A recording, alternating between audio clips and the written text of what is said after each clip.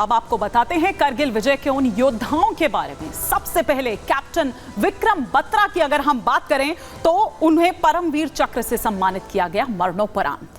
Captain Manoj Kumar Pandey की अगर हम बात करें तो उन्हें सम्मानित किया गया। ग्रेनेडियर योगेंद्र सिंह यादव की अगर बात करें तो उनको परमवीर चक्र से सम्मानित किया गया। कैप्टन मनोज कुमार पांडे की बात करें तो उन्हें मरणोपरांत परमवीर चक्र से सम्मानित किया गया। लेफ्टिनेंट बलवान सिंह की बात करें तो उन्हें भी महावीर चक्र से सम्मानित किया गया। मेजर राजेश सिंह अधिकारी की बात करें, उन्हें सम्मानित किया गया। राइफलमैन संजय कुमार जिन्हें परमवीर चक्र से सम्मानित किया गया।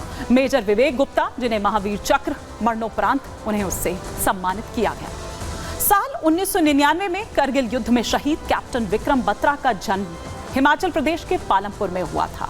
विक्रम बत्रा की ज्यादातर यादें पालमपुर से ही जुड़ी हुई हैं। पालमपुर के घुगर गांव में जो उनका घर बना हुआ है उसे देखने के लिए लोग दूर दूर से आते हैं। पालमपुर के कई ऐसे मार्ग हैं जिन्हें शहीद कैप्टन विक्रम बत्रा के नाम पर बनाया गया है। विक्रम बत्रा ने ये दिल मांगे मोर कोड का इस्तेमाल इस तरह से किया कि ये कोड आज लाखों युवाओं के लिए एक प्रेरणा बन गया। एक रिपोर्ट आपको दिखाते हैं पालमपुर से। तो कारगिल युद्ध की वो सबसे भीषण लड़ाई जिसके लिए कैप्टन विक्रम बत्रा ने अपनी जान दे दी, देश के लिए जान कुर्बान कर दी, शहीद हो गए। उनके घर से तस्वीरें दिखा रहे हैं। हालांकि ये जब शहादत हो गई उनकी, उसके बाद ये घर बनाया गया है। बाकायदा यहाँ पे विक्रम बत्रा भवन भी बनाया गया है। फैमिली जो है पहले वो डाउनटाउन में रहती थी, लेकिन 2002 में फैमिली यहाँ पे शिफ्ट हो जाती है। और देखिए लवकुश विला का नाम इसे भी दिया गया है, क्योंकि अगर हम बात करें विक्रम बत्रा और उनके भाई विशाल की, तो दोनों जुड़वा भाई थे, तो ऐसे में उनके विला का नाम भी यहाँ पे लवकुश दिया हुआ है। इस पूरे लेन की बात करें तो देखिए गांव में इस पूरे लेन को जो है विक्रम बत्रा मार्ग का नाम भी दिया गया है।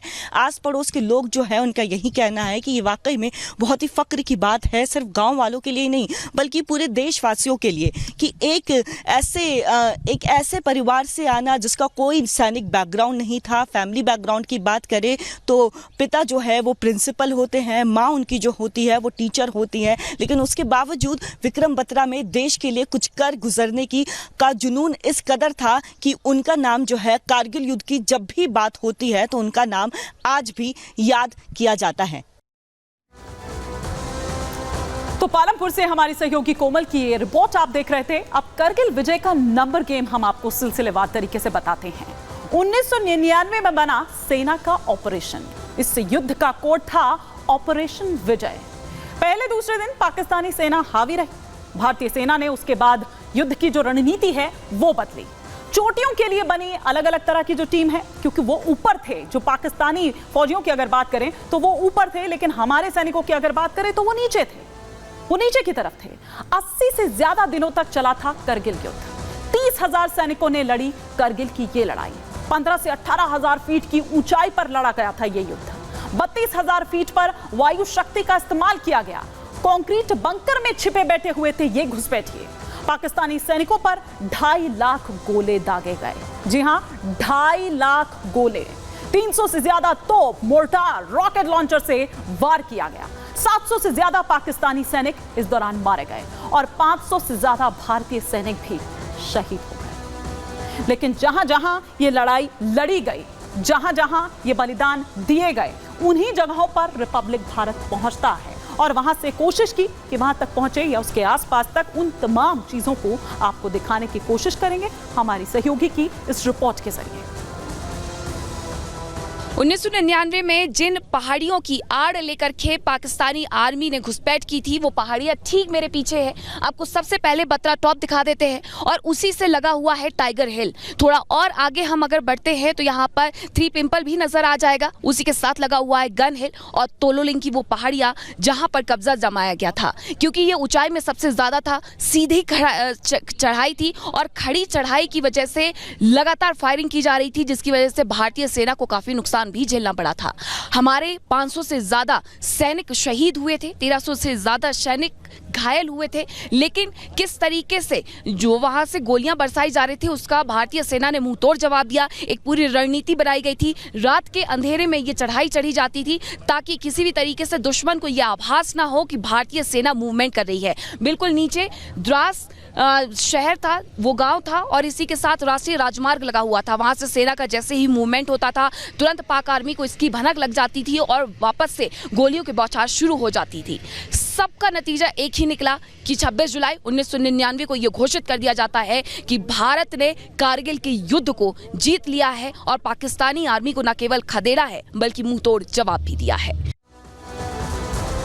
तो 25 साल पहले हुआ था ये करगिल युद्ध और देश के, भारत के कई वीर सपूत जो हैं उन्होंने अपने प्राणों की आहुति दी। यही कारण है कि तभी हम वो किला फतेह कर पाए थे। इतना आसान नहीं था, लेकिन उन्हीं में से एक थे 19 साल के उदयमान सिंह।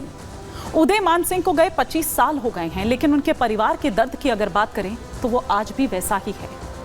वो ये कहते हैं कि हमारे बच्चे चला गया है, वो एक अलग बात है, चिराग बुझ गया है, लेकिन शहादत दी है, देश के लिए वो गया है, तो उसके लिए फख्र भी महसूस उन्हें होता है। क्या कह रही हैं उदयमान सिंह की माँ, सुनिए। एक माँ ऐसी भी है जिसे 25 साल से वो दुख भी है और गर्व भी है। वो उदयमान की माँ कांता देवी हैं, हमारे साथ मौजूद हैं। कांता जी, आज 25 साल हो गए, देश रजत जयंती मना रहा है। जब 25 साल पीछे देखती हैं तो क्या यादें हैं?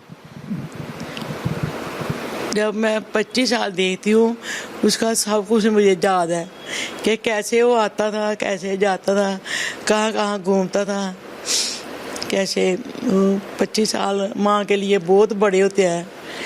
कि जब बच्चा 25 साल का होता है तो माँ बोलती है इसकी शादी करा दो, वो भी बड़ा हो गया। तो मैंने कुछ भी नहीं कराया था, उसका शादी भी नहीं कराई थी। अभी 19 साल का तो सारा गोल था, ये बड़ा टाइम था उसका 25 साल होने का।